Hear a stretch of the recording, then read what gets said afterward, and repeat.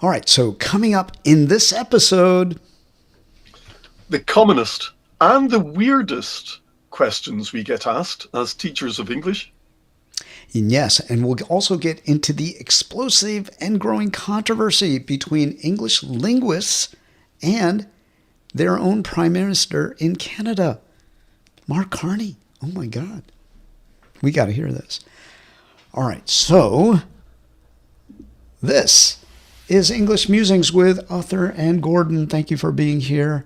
And we are going to get right into this. I'm Athar from Athar's English. Many of you know me from those platforms on High Local and elsewhere where I help people by applying the right mindset to build their fluency, speak more clearly, and enjoy the language in all aspects of your lives.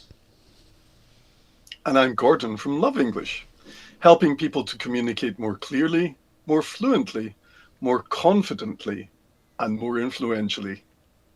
That's right. Now, welcome to our first episode of English Musings, the podcast where language, culture, and curiosity come together. And we're two teachers, one American, one British, explore the stories behind the words we hear and use every day. And you can figure out which is which. I'm Athar, speaking to you in Virginia, obviously, always ready to dive into the ideas shaping how we communicate. And I'm Gordon, joining from Scotland, constantly primed to discuss the language, its use, and its origins. So sit back, grab a cup of joe or whatever you got warm, and settle in and let's muse about English. All right. You know, I think one of the first things we want to do here is to get an understanding of who we are and what we have been doing and why we're doing it. But why don't we start off with you, Gordon? Tell us and introduce, for those people in the audience who don't know you, who you are and what you do. Well, I had originally planned to remain an international man of mystery through this segment, but you've persuaded me.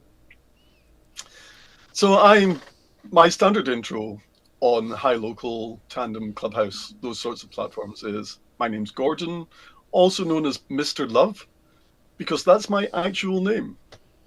And I'm a native speaker of English, and I help people to speak English better. That's my basic drive. But to that end, I wrote a pronouncing dictionary of English, aimed specifically at learners of English as a foreign language or as a second language. And it became a bestseller in 12 markets around the world. And ever since then, I've been buoyed up with enthusiasm and excitement. Oh, that's great. And so that's really, I think, a good start for people to get an exposure to who you are. And as for myself, I'm similarly, also engaged in helping people all over the world as you are with their language skills on some of the platforms that you and I have shared sometimes the stage with.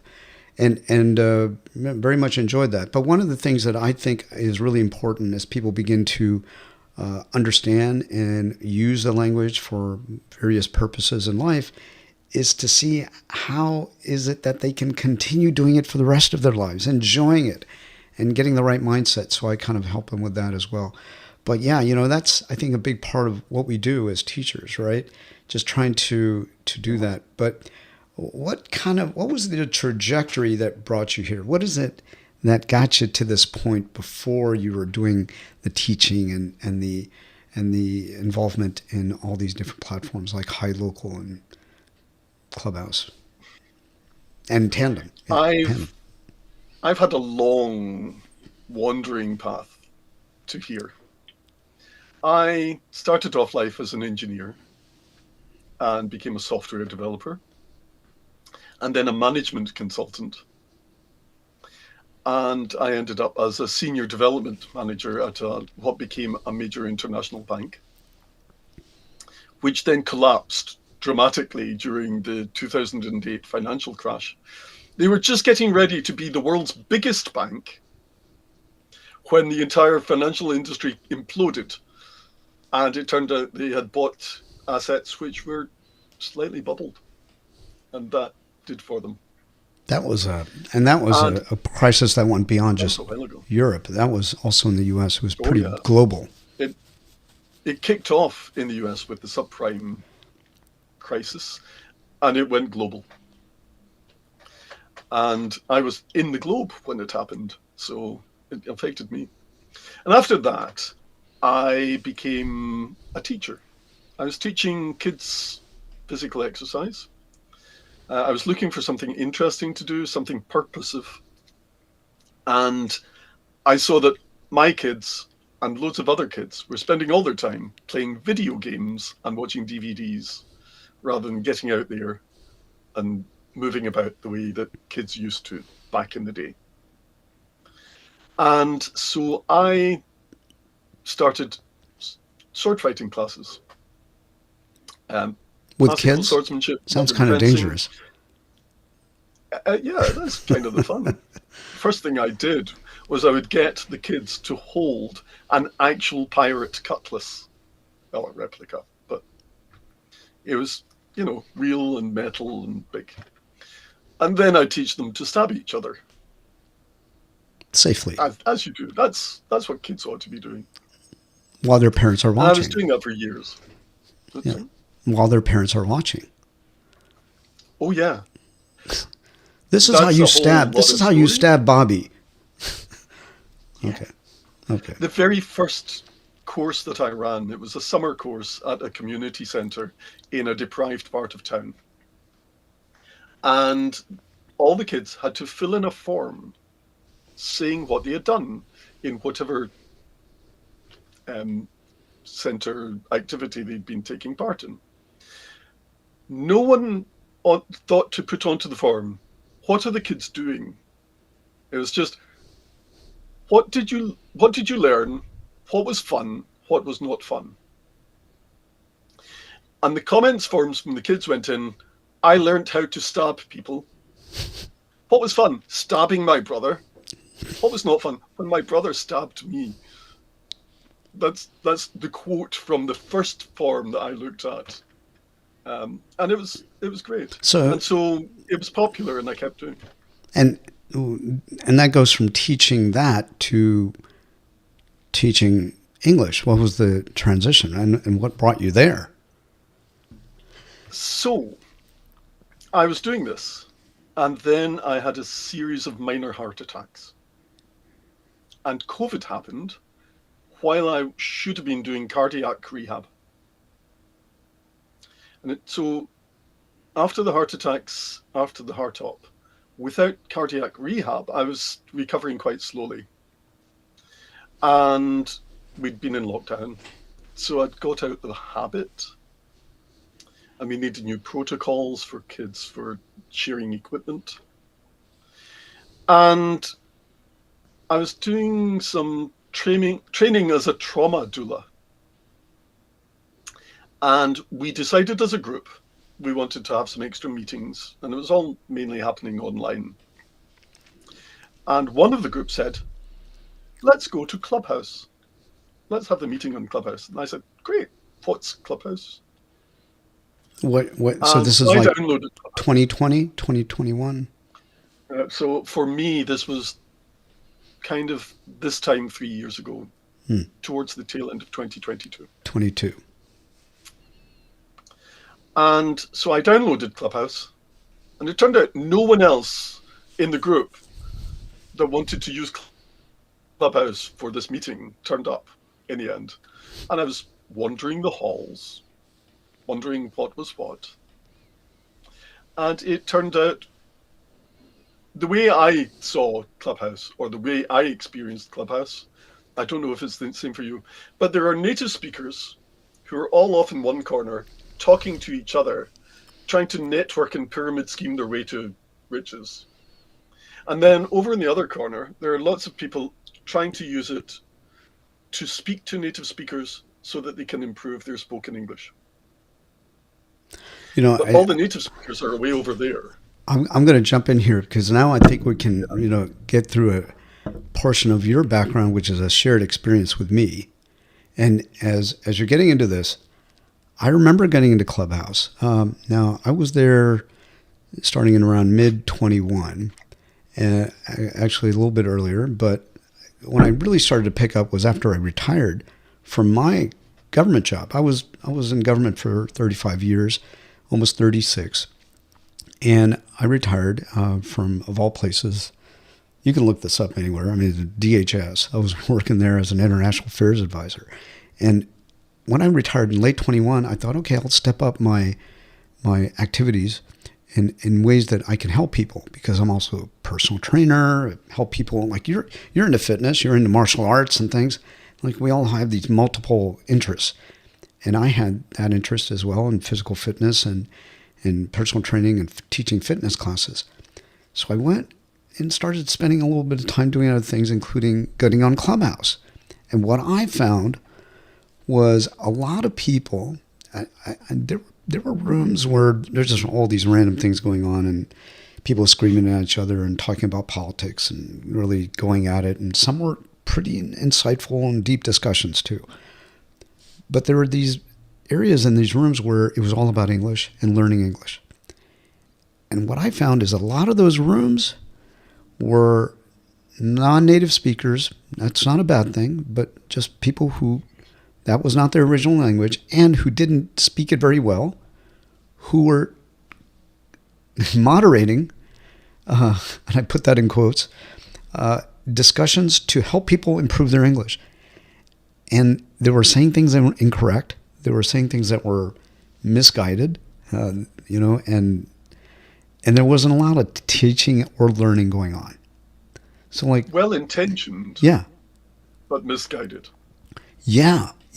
And I thought, this can be better. Like you need to have, so I started to find a few others who are actually native speaking teachers, or some teachers who are not native speaking who are also very good. I don't know if you know Ellie from Clubhouse. There's a few others who are actually quite good. And so I connected with them and I started getting to their rooms, and there was another one, Patricia Curdy, who I believe was Portuguese or Brazilian and speaks Portuguese and was in Portugal, and she had her rooms. So I started going into other people's rooms to help people with their English. And then I thought, I could do this. I could start doing this on my own. After I started doing that, then it started to really resonate and take off. I enjoyed it. I enjoyed the connection. I enjoyed the teaching. I enjoyed the interaction. I enjoyed learning about other people and what their challenges were in improving. And to kind of wrap up my little background in English, I thought, if I'm going to explain this stuff in a language that I spoke pretty much my whole life, but it wasn't just because I was a native speaker that I wanted to do this. I've always loved the language. I loved using it effectively and expanding my ability to speak and use it in all those different situations in life, that I thought I need to get trained on it. And so I got certified as a TEFL teacher to teach English as a foreign language. And then people started then I started to really teach lessons individually. And to wrap this all up here, those platforms, you can't really have quote unquote real classrooms, because people are coming and going all the time. And it's not like you can have an established curriculum for a period of time because you don't know who's going to show up. So, it was a mixed set of experiences. Some good, some not so good, but it was a learning experience for me, but generally good. So I found pretty much the same thing. I was there, saw this mismatch between the need for good improvement in English and the fact that most people who wanted and quite often needed an improvement in their spoken English were all being matched with each other. So it's kind of the blind leading the blind. Somehow the thinking was, well, if I don't speak English and you don't speak English, if we speak not English together, magic will happen. Which And never happened. certainly, I mean, there is one specific type of magic which does work, which is people can gain the confidence to speak by having these opportunities. And often people are quite scared to go into spaces with native speakers. So having that confidence built up gradually is a genuine improvement. But generally, the technical proficiency wasn't improving. You bring up So a lot I of. started. Oh, sorry. Go No, on. go ahead. I was going to say, so like you, I thought, oh, I'll try running one of these rooms called something like Native Speaker Gives One-to-One Lessons. And I titled the room, started it up, and people came in and thought, this is fun. So I did it again and again.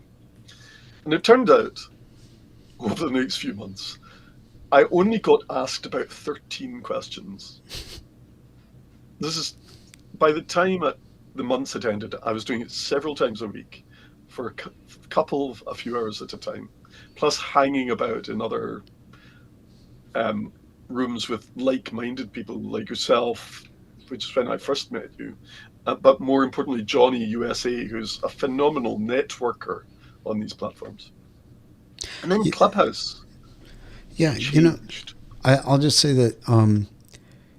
Yeah, I think one of the things I learned were learning about the specific challenges that students actually had, learners actually had.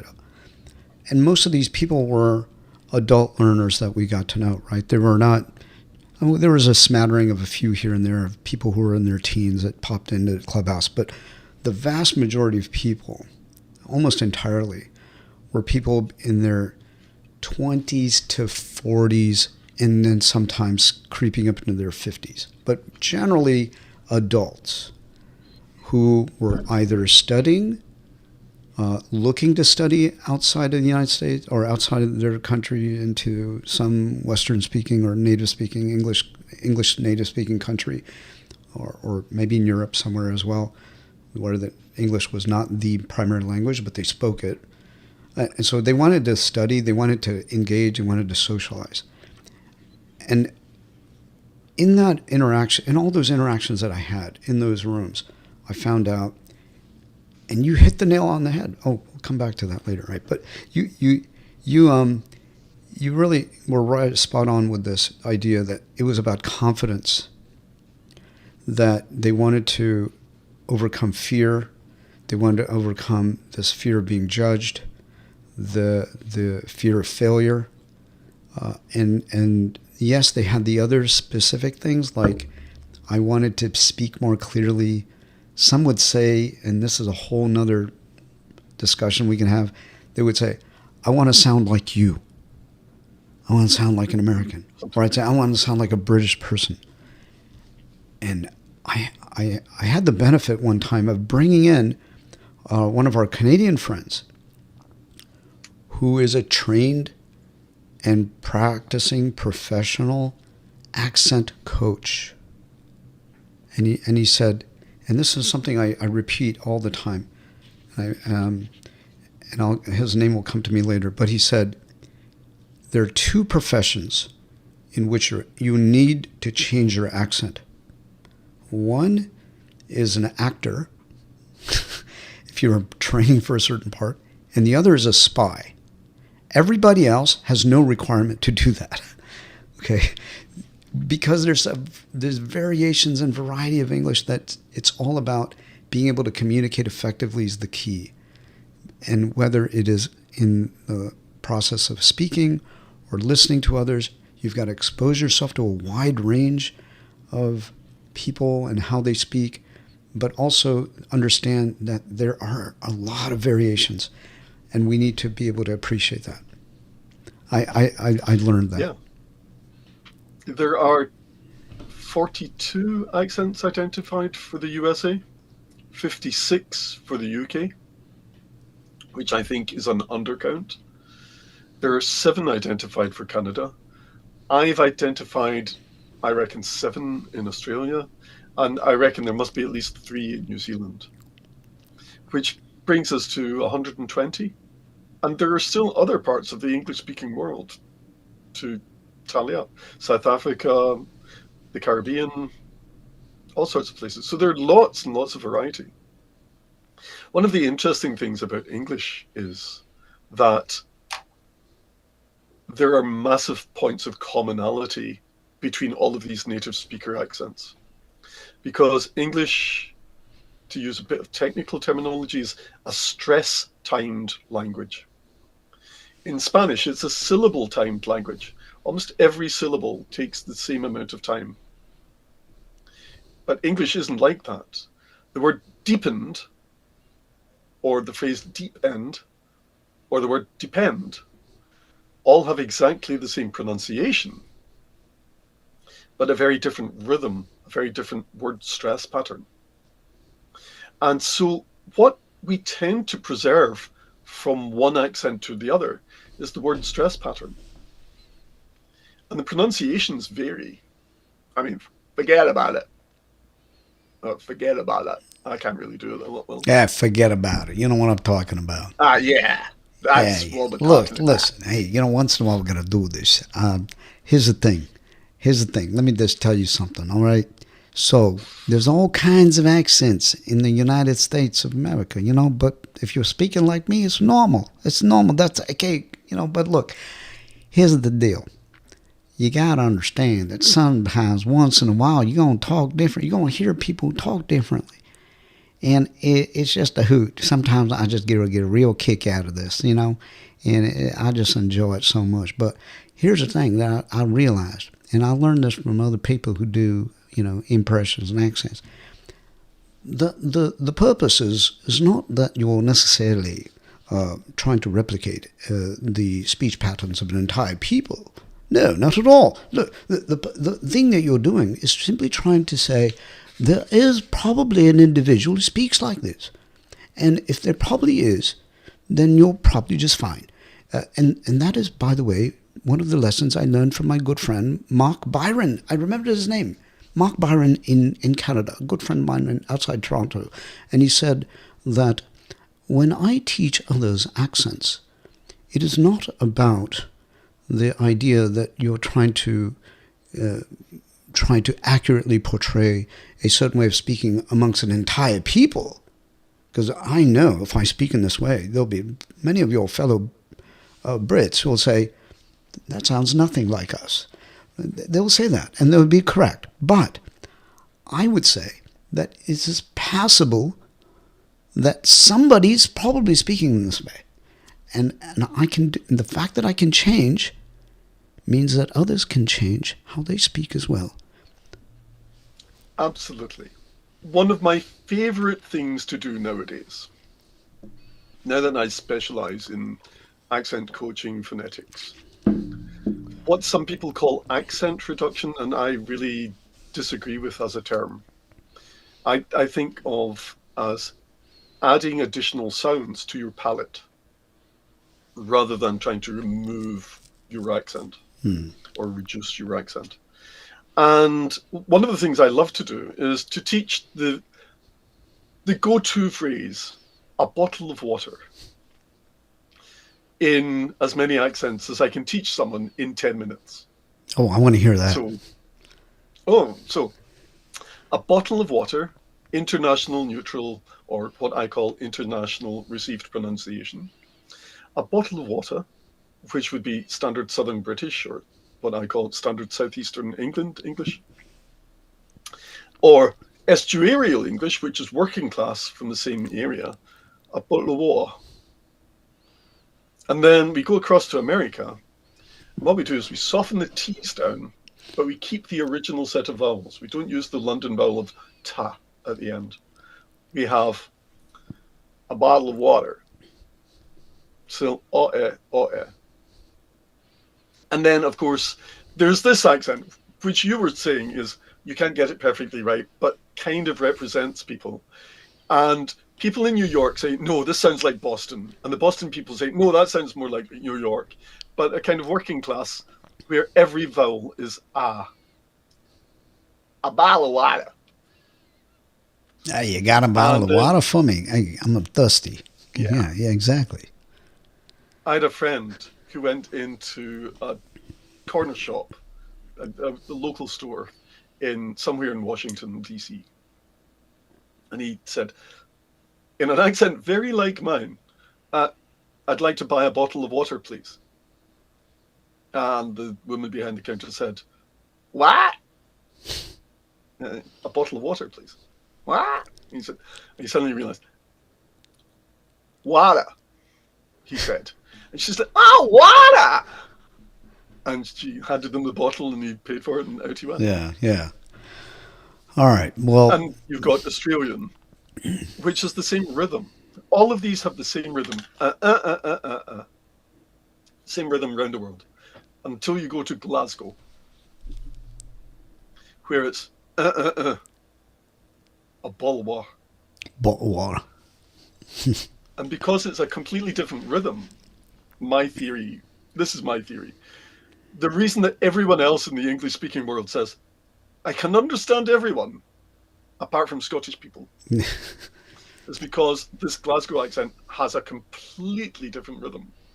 I've heard that as well. And I think before we go on to our next segment, and I think we're going to come back to some of these things that we touched on here today, and we'll get into some of those things. But I hope that this little introduction about who we are and what we do and our experiences so far have given you a little bit of insight about what to expect in the coming weeks and months for us. But let's take a little short break and go into a segment here. And I don't have the graphics here to kind of throw at you and do fancy stuff yet. Hopefully that's coming. But this segment is something that I call a brief word. Oh yeah, something else you want to say? Do we have a theme tune? Yeah, well, I'm working on it. Maybe we've got a theme tune. I am working on a theme. Word. I am working on a really good, catchy theme, and we'll definitely incorporate that. But I wanted to get this first episode out, at least that we can get something started. But the point is, so we'll have this segment, and this upcoming segment is called a brief word, which is kind of a play on words, right? Because when we say a brief word, it's kind of an idiomatic reference to a short conversation, right? But it's also, I think you have hit the nail on the head there, Athar. Yeah. Please, what are your brief words? Well, I've got a few words on a couple of words that I want to kind of investigate a little bit and give you a little bit of insight into, and it's something I was looking into recently, related to teaching and learning. And so the word is pedagogy or pedagogy, depending on where you are and how you pronounce it. But pedagogy, that's pedagogy. And it refers to anything that is related to teaching and learning, right? Think about the atmosphere of learning at a university or a school. It is and then you think of those things that are related to that as an adjective. We'd say it's pedagogical or pedagogical, right? Pedagogical references refer to those things that are related to the teaching process or learning process. And it even has the root PED, right? Think of ped as, I don't want to use terrible terms, but you have things like pedophile, or you have pedestrian, and refers to a person. But it also can refer to a child.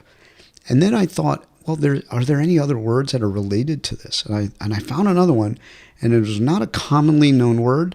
I think as I introduced it to other people recently, including yourself, it was like, oh, that's an interesting word. What does it mean? So the other word is andragogy, or andragogy, and that's ANDRAGOGY. And that refers to also something that's related to teaching and learning, but for adults. It is about adult learning, and it's a relatively newer word. I think as you looked it up, it was a reference from the 1960s. What was that? 1968. Yeah. 1968. Yeah. So that was, I thought, an interesting word. Now, granted, these are words you're probably not going to use a lot, so maybe we won't go into that. But I want, and I'll wrap it up really quickly with one more word, and that's predilections. That's P-R-E-D-E. I'm sorry, P-R-E-D-I. It's not E. Predilections. Predilections refer to tendencies or preferences, things that you tend to do. Right? I have a predilection for certain types of food when I go out to eat. I tend to go for certain cuisines. Those are predilections. I may have a tendency for certain behaviors or certain practices. Anyway, I think we both have a predilection for fun words. Yeah. Playing with words. Fun, interesting words, exactly.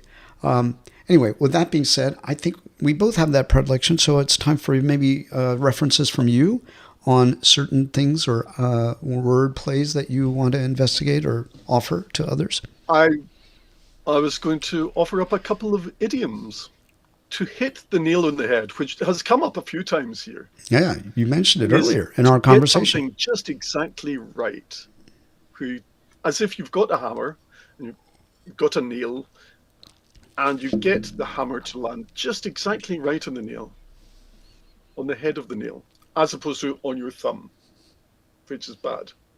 That means you missed. So to hit the nail on the head is to get it just exactly right. That sweet moment when you hit and the nail just goes dunk and everything feels good. And I wanted to contrast that with another similar idiom, or seemingly similar idiom, to hit the head, which is mainly a US idiom about going to the toilet. And it comes out of the US military, where the US military tend to, I think mainly the Navy, call the toilets the head. I think because they're up at the head of the ship or something like that. That's right. And so to hit the head is very different from hitting the nail on the head. Two very different idioms. Never mix them up. Never. That's right. They're using the same word, but a completely different meaning. And this is one of the things that I think is really fascinating about the English language, about how flexible words are, that in a different context, they can mean something else completely. So that's really interesting. But let's continue on and go on to our next more extended segment on discussing elements of the English language and our experience with it. One of the things I think is fascinating to us in teaching is the experiences we've had with students and learners on these online platforms.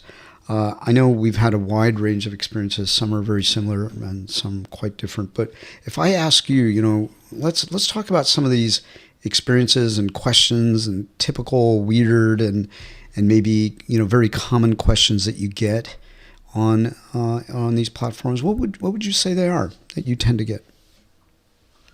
The commonest ones. I'll save the weirdest one I've ever had for later. Yeah, okay. But the commonest one is, how can I improve my English?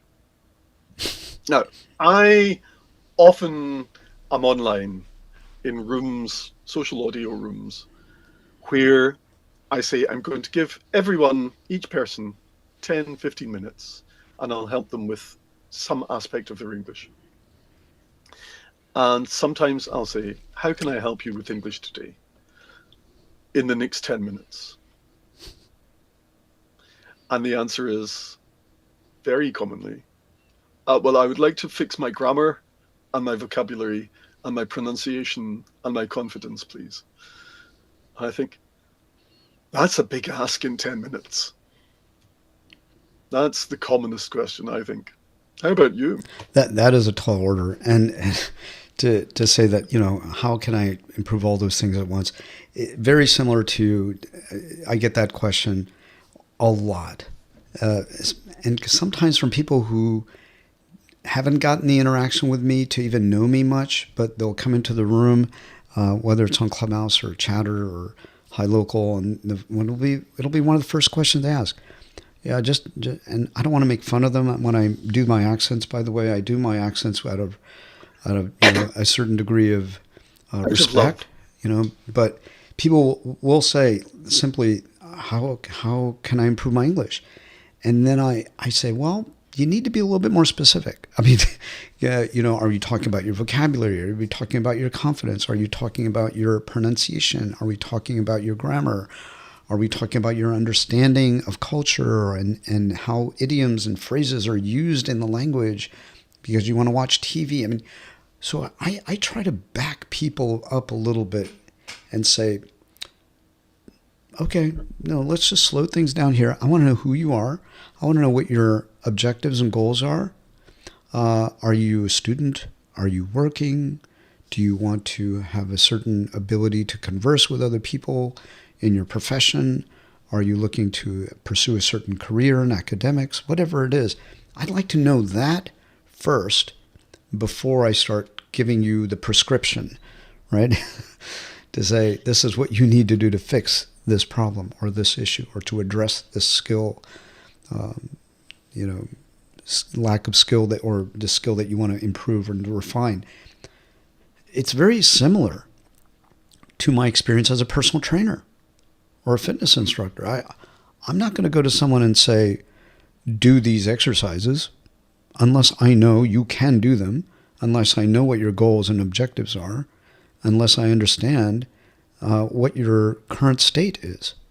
And that's what we really need to do as teachers, is to get a sense of a baseline before we start moving in the direction of, okay, let's move in this direction to quote unquote fix this. So I think that's one of the most common questions. Yeah. But there's all kinds, And yeah. One of the other really common questions, which I was kind of surprised at, but really, like you and your personal trainer experience, really complemented well the fact that I had a sports coaching background and a management coaching background as a management consultant. Coming in, and they weren't really asking about anything to do with something technical, but they wanted to improve their confidence, or they come in, start to want to speak, either in the room or in other situations, and just when they're going to speak a sentence, they look for the words that they know, and all the words have gone. They've just flown away. And those are probably certainly the top 5 questions I get asked over and over again. How can I improve my confidence? How can I overcome the fact that the words all disappear just at the moment I want to use them? Yeah. And luckily I have answers. We do have answers. And this is something that I think I've gotten better and better at answering, because, and I used to say this a lot, that if you want to be a good teacher, you have to be a good learner yourself. And we're always, as teachers, trying to refine our skills and abilities and learn from other teachers, to learn and understand what the challenges that students have. And as we do that, as we get more of these questions repeatedly, I tend to refine my answer and actually sometimes will research my own answers to say, is this right? So like people would ask, how do I remember words that I learned? Fortunately, we're not reinventing the wheel here. There are ways that people have studied and researched on how to remember things and what we can do to apply that in a classroom setting to help people remember. There are certain ways that the brain operates that we need to understand, and we don't have to get into the deep science of it, but we can apply some of the methods and techniques, exercises to help people achieve what they want. And I've learned about that, in terms of remembering things, how to remember, because I forget things all the time. And that's a normal thing, One thing I'll also say and I want to hear your perspective on it. I hear the word perfect a lot. I don't speak perfectly. or I don't have the perfect word. I'm sorry, my English is not perfect, and I I have to, want le bon mot. yeah, and I have to tell people, please stop referring to that word and using that word in this way, because it's an English word. Nothing wrong, evil about using it, but in terms of learning, once we set the target as perfection, we're already setting something that's unachievable. And we need to be incremental and moderate in our expectations, but continue to learn all the time. Don't expect One of my perfection. favorite phrases Yeah, go ahead.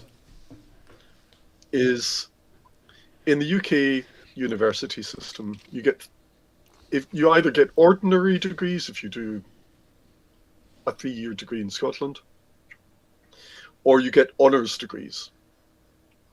And you can get third class honours, which is, you passed. And you can get second class honours. And they're so common they get split into 2-2 and 2-1. 2-1's very good. Kind of, you did great and also enjoyed your time at university. 2-2 is pretty good. And then you get first class honours, the top that you can get. And you have to get an average mark of 70% to get the top mark possible. And so I always say to myself and to other people, 70% is a first. You can't get better than getting 70% right. Just remember, you can get a third of it wrong, or practically a third of it wrong, and you're still going to get the absolute top marks. And just relax. You don't need perfection. You're not going to get perfection, probably. So aim for what's achievable. And another aspect of this whole idea of perfection is that when you look at speakers, great authors in the English language, people who have made it their profession, journalists, writers, those people who write books, those who write news articles, and are what you would refer to as presenters. In the UK, we call them news announcers, but basically those people whose profession is to speak professionally and to engage in discussions with large audiences. I actually looked into this issue. The English language, depending on which dictionary you use, that's granted, that's true, but it ranges. The number of words in the English language is something in the range of several 100,000 to up to 1 million, depending on which words you use, which dictionaries. Yeah.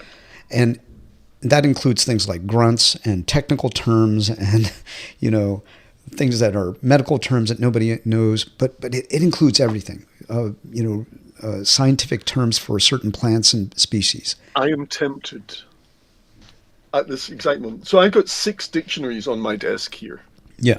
Because English doesn't have an official Institute of English. It has multiple competing dictionaries. It's a kind of popularity contest. Mm-hmm. And I have a version of the complete Oxford Dictionary, which is the compact Oxford Dictionary. I'm going to risk getting a hernia, and I'm going to try and pull it out and display it. All right, don't rush yourself. So this is the compact edition. That's the compact. That's the abridged version. This is the compact. It's not abridged. Oh, it's not abridged. It's just condensed. Okay. And it's condensed because there are 9 pages of dictionary on every page. And it's typed so small. Wow. This type is so tiny. You have to use this. You get the magnifying glass with the dictionary. Wait a minute. You're telling me on each page is actually 9 pages. Yes. I might as well show it, seeing as we're here. It also comes with a user guide. Okay. So I got to see this. Oh, the dictionary comes with a user's manual. Yeah. because so this is the Oh my dictionary, God. and Oh, it's 9 pages of the Oxford 9 pages on each page. printed onto Okay, every okay. I see page, what you mean. Oh my God. All right. So let me finish my and reference here. there are over 1 million words Yeah. in this. So look, when you got when you got in a language, when you have a language with upwards of several 100,000 to 1 million words,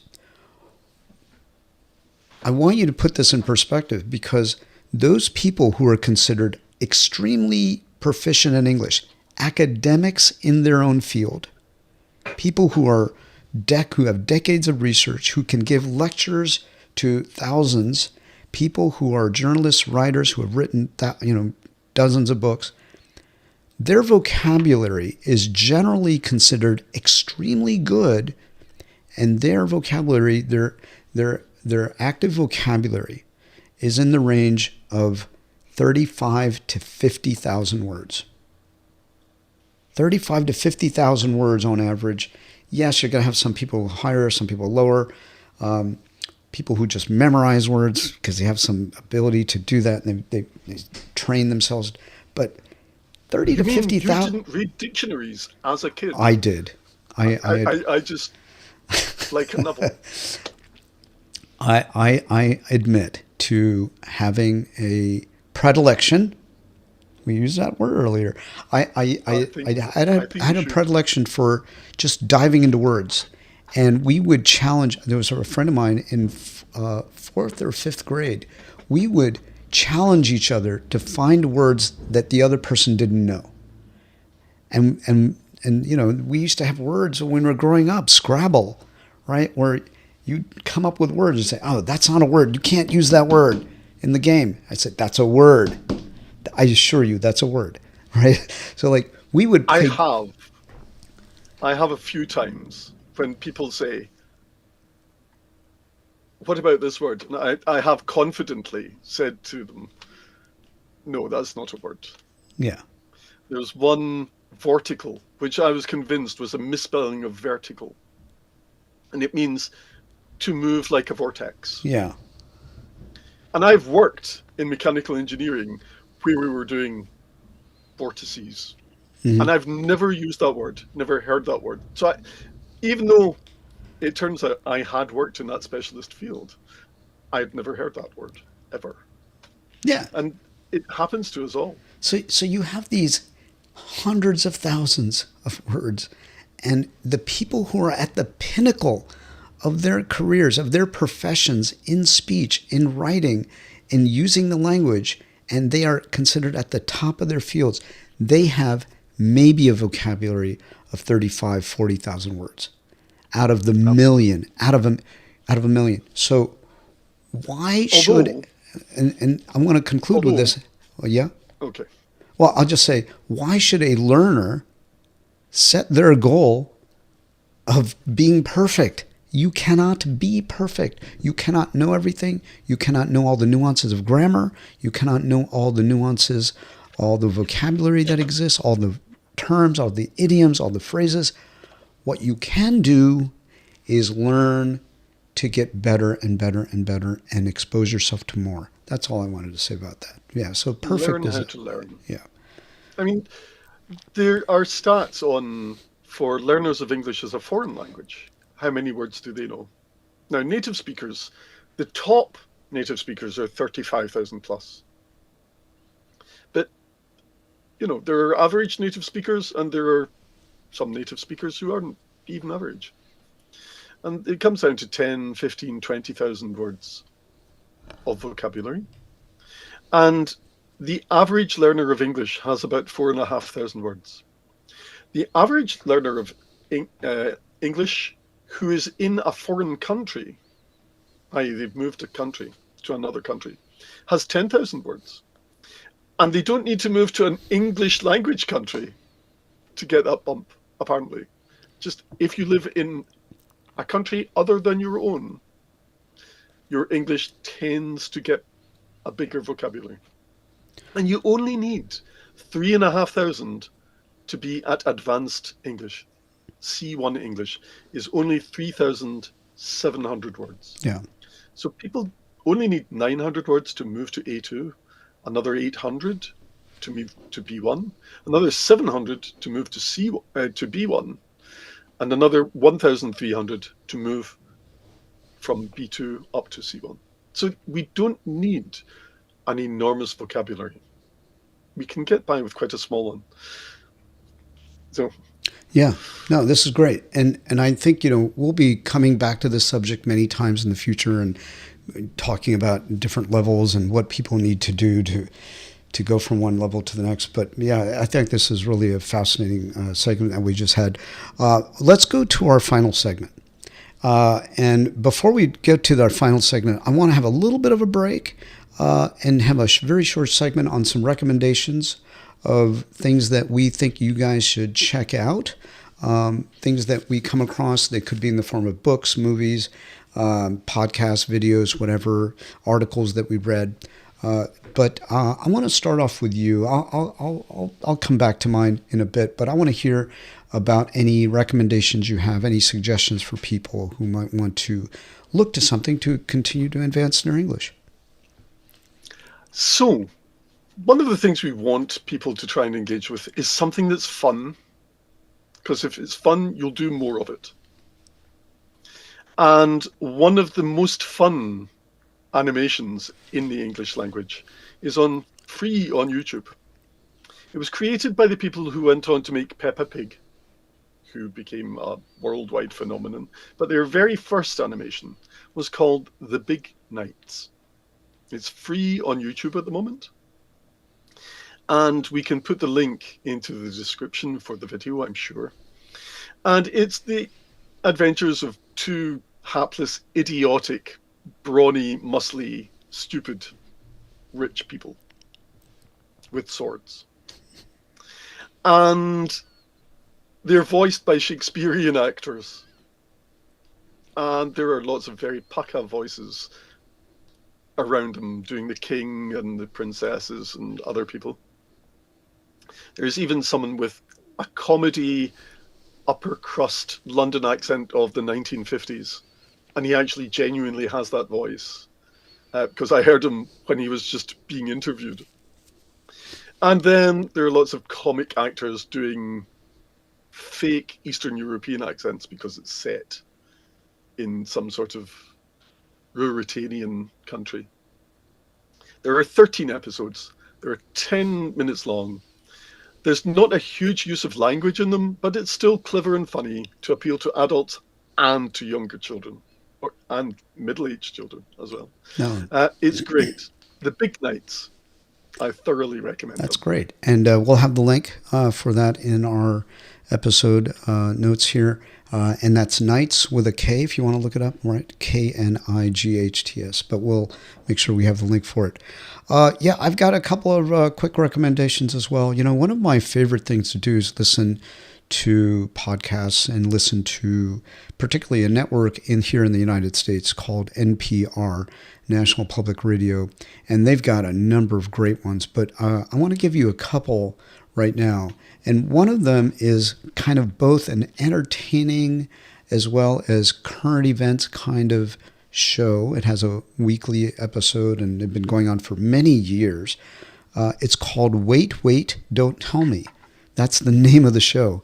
It's actually a kind of a game show, meaning it's a tongue-in-cheek game show. It's not really very serious, like you're winning a lot of prizes and awards, but they have celebrities. They'll sometimes have people who are famous, singers and actors, and people who have done amazing things, athletes, and they talk to them, and they actually have them participate, but they cover the events news. And you also have comedians who are also talking and conversing. It's a great way to expose yourself to everyday colloquial English, how people talk and interact and engage with each other in a humorous way. There's another show that I'll recommend, which is called Fresh Air. And that is also an NPR with a world-renowned, excellent interviewer, Terry Gross. And the interviews that she has are with politicians, with journalists, with authors, with scientists, with people who are noteworthy comedians and humorists as well. And it's a great interactive and well-produced program where you hear a really interesting conversation on a subject that you might learn a lot from. So I would recommend both of those. All right. With that segment out, and again, maybe in the future episodes, we'll have kind of a little jingle to get us in and out of each of these segments. But let's go to our final segment.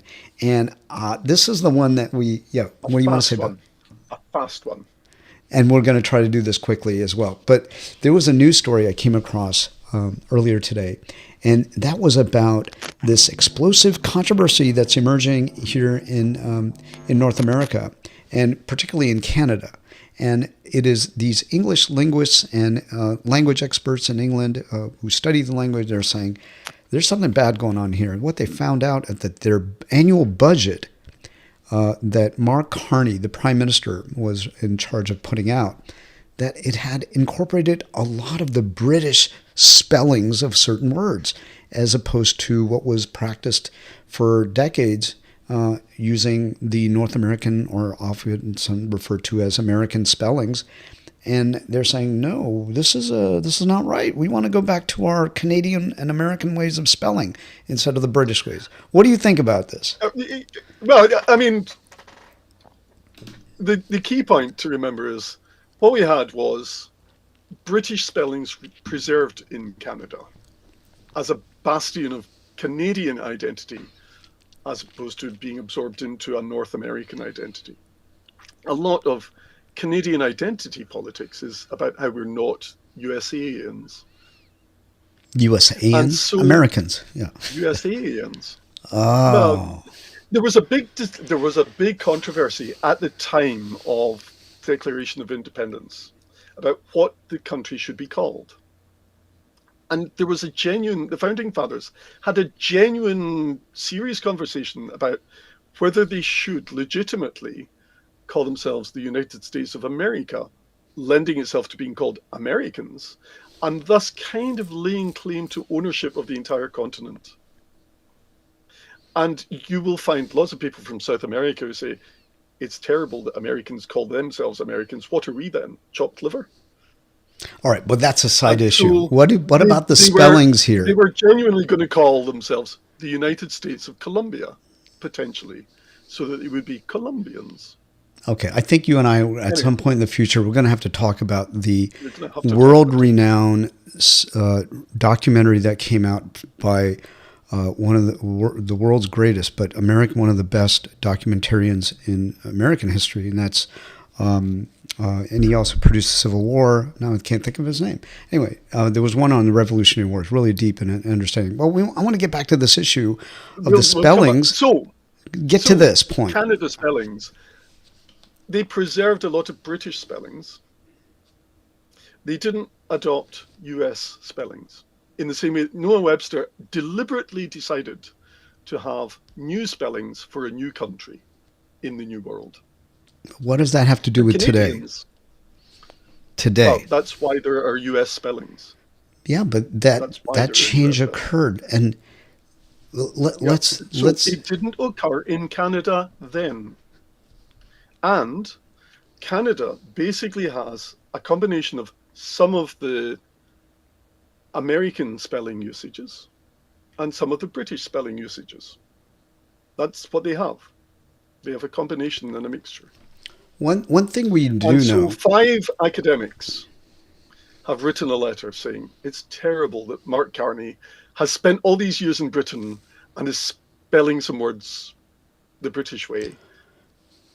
But also, they're saying that we ought to be using Canadian spellings to assert our independence and separateness from America. And what I find ironic and from Britain in all of this, and from Britain, no, specifically from America because of Trumpian stuff at the moment. Let's not go there. Okay, well, the key thing is the spellings that they're complaining about. What they want to do is make them US spellings. Make sure that they're US spellings. They're okay with the ones that habitually remain British, but there are some spellings that have tended to move in the American direction over the last 30 years, something like that. Okay, and they're up in arms about that. They want to make sure that they use the US spellings, which in some cases are used in Canada more in recent decades, I tend to have a to very make sure they assert their Canadian identity. And I find that kind of fascinatingly contradictory. okay. Well, I mean, I understand it, I have a very but different take on this whole thing, and but we've read different articles by and different but that journals I don't think it's about it. about specifically even the articles. It's really about an understanding of what the Canadian mentality is, and I being married to a Canadian and having visited Canada many times. It's my second home basically. I have gone there and talked to hundreds of people and have many relatives there. There's a very strong and distinct identity as Canadians that people have about being who they are.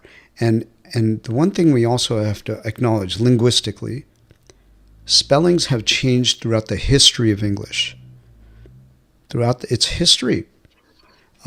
And that has not been just Up you to a know, point, Lord Copper. and that has not been exclusively outside of England.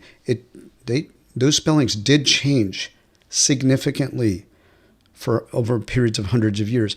Now, what the point is about these developments here in this For news, instance, we used to have the big knechts what I'm saying about in what's the big happening, nights. what I'm saying about what's happening here in the reference to Canada is that there were certain spellings as they were practiced in Canada for decades that has changed now because of, they say, the influence that the current prime minister has had from his British connection and also being a British citizen and But being married to a British but and being equally, educated in Britain.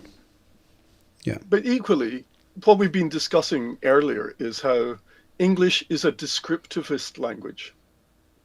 Dictionaries reflect usage. They don't determine usage. In some countries, the dictionaries are produced by an official government department that tells you this is the way it must be spelt. L'Institut Français, for example. English doesn't have that. What we have are multiple competing dictionaries that attempt to best reflect what's going on. And there used to be a strong tendency in those authorities to be prescriptivist, to tell you what you should do. And what I also find interesting in this controversy is one of the 5 people who are causing the controversy is the guy who's in charge of the Canadian dictionary. And to an extent, I feel there's a degree of, wait a minute, no, I'm telling you it should be different. Buy my dictionary, do what I say, as opposed to forcing me to describe what people are doing. But I think we should come back and discuss more about this sort of issue of mutation and evolution and the way that language kind of changes fashionably, and then the fashions ripple out from some cultural center. I think one of Like the points that I ripples in water. one of the points I 100% agree with you about is that language morphs and changes and evolves. It is a living thing, and it does not respect boundaries, political or otherwise. It sometimes incorporates the influences of other cultures as well as other languages in how we use Especially language. English. Especially English, and this is why we're doing a program and show about this, is because it is global. The vast majority of practitioners and users of the language are non-native. The vast majority of the people who use English are not native speaking. That is something that I learned fairly recently. There are hundreds of millions of native speaking populations, but there's far more who use the language, who engage in it professionally, who will use it for academics, who will use it for their research, who will use it for their job, their profession. And those are, and when you think about just India, for example, there's hundreds of millions of English speakers there. They might not speak in the same accent or the same, have the same pronunciation of certain words, but they use the language. But few of them are users of English as a first language. That's true. That's true.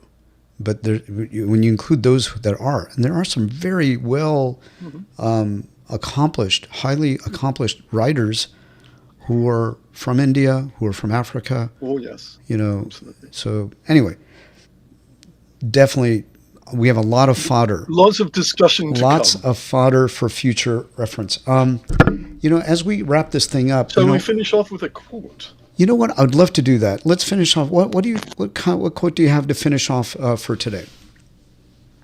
So, speaking of Indian speakers of English, a lot of the people that we tend to consider as British were actually Anglo-Indian, born in India. Mm-hmm.